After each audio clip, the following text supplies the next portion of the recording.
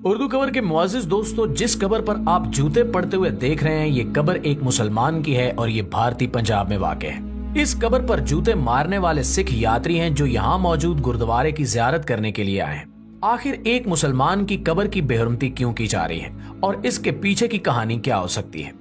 हर साल यहाँ पर जितने भी लोग आते हैं, इन सब के लिए ये अकीदे का हिस्सा बन चुका है कि जब तक इस कबर पर जूते न बरसाए जाएं, तब तक इनकी इबादत कबूल नहीं होगी। अब देखने और सुनने में ये बहुत अजीब लगता है, लेकिन इससे भी ज्यादा अजीब बात यह है कि यूं कबर पे जूते बरसाना पूरी दुनिया में और किसी मजहब में नजर नहीं आता। आजकल इंटरनेट पर ये वीडियोस बहुत मकबूल और वायरल हो रही हैं और आज की इस वीडियो में हम आपको इस कबर की तारीख और इसका सिख मजहब से ताल्लुक वाज़े करेंगे और आपको बताएंगे कि आखिर वो क्या वजह थी जिस वजह से सिख यात्री इस कबर पर जूते बरसाने को बायसे सवाब ख्याल करते हैं।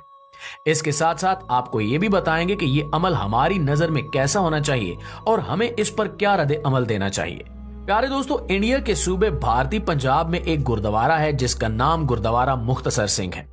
इस गुरुद्वारे के अहाते में एक कबर है जो बेहद खस्ता हालत में है। आप वीडियो में देख सकते हैं कि यहाँ पर आने वाले लोग अपने जूते निकालकर इस कबर पर बरसाते हैं।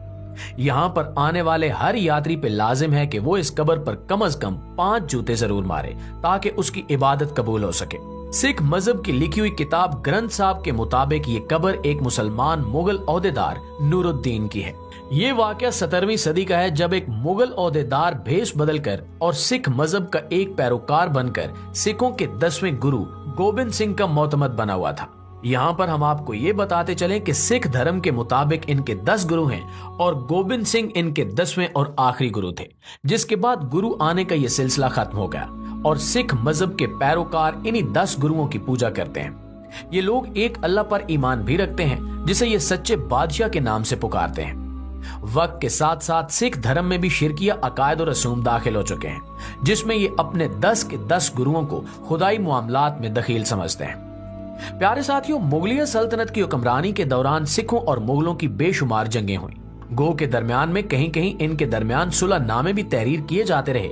लेकिन इसके बावजूद सिखों और मुगलों की आपसी लड़ाइयां चलती रहीं। आखिरी और 10वें गुरु गोबिंद सिंह की भी मुगलिया सल्तनत से काफी लड़ाइयां चली और इसीलिए अंदरूनी राज हासिल करने के लिए एक जासूस के रूप में नूरुद्दीन को भेजा गया जो कि एक आला मुगलिया ओहदेदार था। याद रहे कि सिखों की किताब ग्रंथ साहब के अलावा इस वाक़े का तज़किरा कहीं और नहीं मिलता, इसलिए इस वाक़े को हकायक से साबित करना बेहद मुश्किल काम है। ज्यादा ख्याल यही है कि ये सिखों की जानिब से खड़ा हुआ एक अफसाना है जिसका हकीकत से कोई लेना देना नहीं है। सिखों की मजहबी किताब ग्रंथ साहब के मुताबिक नूरुद्दीन भेष बदलकर एक सिख यात्री के रूप में गोबिंद सिंह के गुरुद्वारे में रिहाइश हासिल कर चुका था। उन्हीं दिनों में सिखों की मुगलिया सल्तनत से कई लड़ाइयां हो चुकी थी, लेकिन कोई फैसला कुन नतीजा बरामद नहीं हो रहा था। इसलिए नूरुद्दीन ने सोचा कि जब तक सिखों के गुरु गोबिंद सिंह का कत्ल नहीं किया जाता,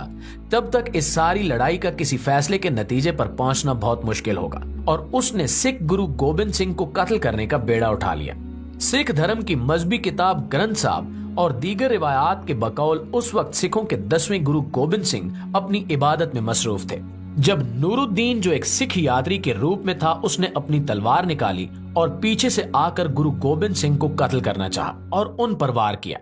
सिख रिवायात के मुताबिक गुरु गोबिंद सिंह तमाम मामलात से बाखबर थे और नूरुद्दीन की हकीकत को भी जानते थे, इसलिए वार करते ही गुरु गोबिंद सिंह एक साइड पर हो गए और उन्होंने इसका वार रोक लिया।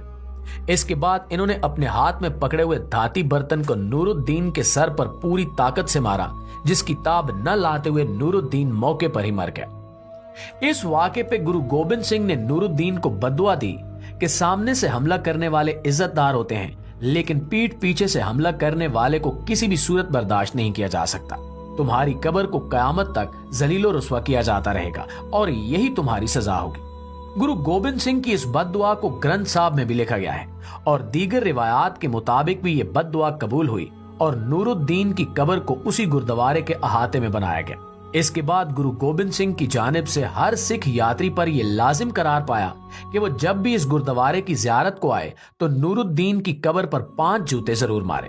क्योंकि ये सिख धर्म का बागी और जासूस था जिसने उनके 10वें गुरु गोबिंद सिंह की पीठ पर वार करने और उन्हें कत्ल करने की कोशिश की थी। वक्त के साथ साथ ये तमाम मामलात तारीख की गर्द में गुम हो गए, लेकिन ये रिवायत सीना बसीना चलती रही और आज भी भारतीय पंजाब में रहने वाले सिख इस रिवायत को सीने से लगाए हुए हैं। हम एक बार फिर आपको बता दें कि ये तमाम के तमाम मामलात सिखों की अपनी मजहबी किताब ग्रंथ साहब के बकौल दुरुस्त हैं, लेकिन मुगलिया सल्तनत के रिकॉर्ड और दीगर तमाम आसार और शवाहिद से नूरुद्दीन नामी किसी भी ऐसे अहदेदार का जिक्र नहीं मिलता जिसे सिखों की जासूसी के लिए भेजा गया हो और उसने सिख गुरु गोबिंद सिंह को कत्ल करने की कोशिश की हो। यही वजह है कि बहुत सारे मुहक्किकीन और तज्जिया निगारों के मुताबिक ये कब्र महज एक अफसानवी किस्सा है और नूरुद्दीन नामी ऐसा कोई भी मुसलमान अहदेदार नहीं था जिसकी कब्र किसी गुरुद्वारे के अहाते में बनाई गई हो। प्यारे साथियों, पिछले कुछ अरसे से गुरुद्वारा मुख्तसर सिंह के अहाते में बनी हुई नूरुद्दीन नामी उस मुसलमान मुगलिया अहदेदार की कब्र और इस पर बरसाए जाने वाले जूते और डंडे वायरल हो चुके हैं।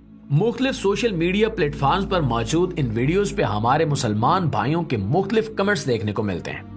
हमारे मुसलमान भाई इस अफसाने को सच मानकर एक मुसलमान की कब्र की बेहरमती समझते हुए सिखों को बेहद लानत मलामत करते हैं और निहायत नाजेबा कमेंट्स भी करते हैं। अब तक किसी ने भी इस मामले की तहकीक करना गवारा नहीं किया, लेकिन हमारी तहकीक के मुताबिक ऐसे किसी भी मुसलमान अहदेदार का कोई वजूद नहीं था जिसे सिखों की जासूसी करने के लिए भेजा गया हो और उसने इस कोशिश में अपनी जान दे दी हो। इसलिए हमें चाहिए कि इस मामले की हकीकत समझें और अपने आप को जज्बात के हवाले न करें। हमारे दीन के मुताबिक जब कोई मुसलमान मर जाता है तो उसकी रूह आलम बरज़ख को परवाज कर जाती है और उसकी कब्र या उसके जिस्म के किसी भी हिस्से को किसी भी तरह से तकलीफ पहुंचाने से उस मुर्दे के अजाब में कमी या इजाफा नहीं होता। दूसरा पहलू भी हम आपके सामने वाजे कर चुके हैं कि ऐसे किसी भी मुसलमान अहदेदार का कोई वजूद नहीं था जिसे मुगलिया सल्तनत की जानिब से ऐसा कोई काम सौंपा गया हो। इसलिए ये कब्र और इससे जुड़ी हुई रिवायात महज एक अफसाना है जिनको सच समझना निहायत हमाकत है। इस सारे मामले को समझते हुए हमें मजहबी रवादारी को सामने रखते हुए इस कब्र पर जूते बरसाना या किसी भी किस्म की रिवायत को सिख धर्म का अपना हिस्सा समझते हुए खामोश रहना चाहिए और कोशिश करनी चाहिए कि हम ऐसे किसी भी मामले का हिस्सा न बने ताकि हमारे और सिखों के दरमियान मामलात ज्यादा खराब ना हो।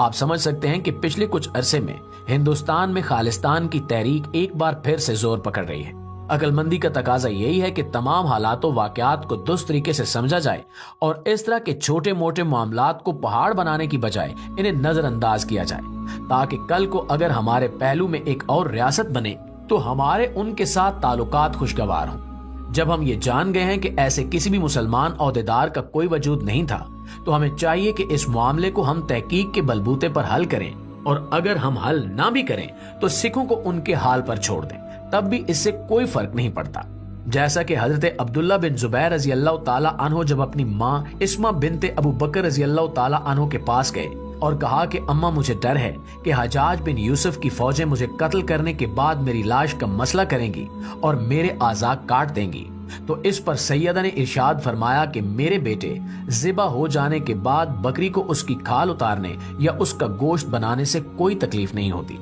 इसलिए हमें भी इस मामले को फरामोश कर देना चाहिए और ऐसी वीडियोस पर नाजेबा कमेंट्स नहीं करने चाहिए ताकि मजहबी रवादारी को फ़रोग हासिल हो और कल को हम भी सिखों की उस तहरीक का हिस्सा बने और अपने पहलू में बनने वाली इस मुतवक्के रियासत को खुशामदीद कह सकें।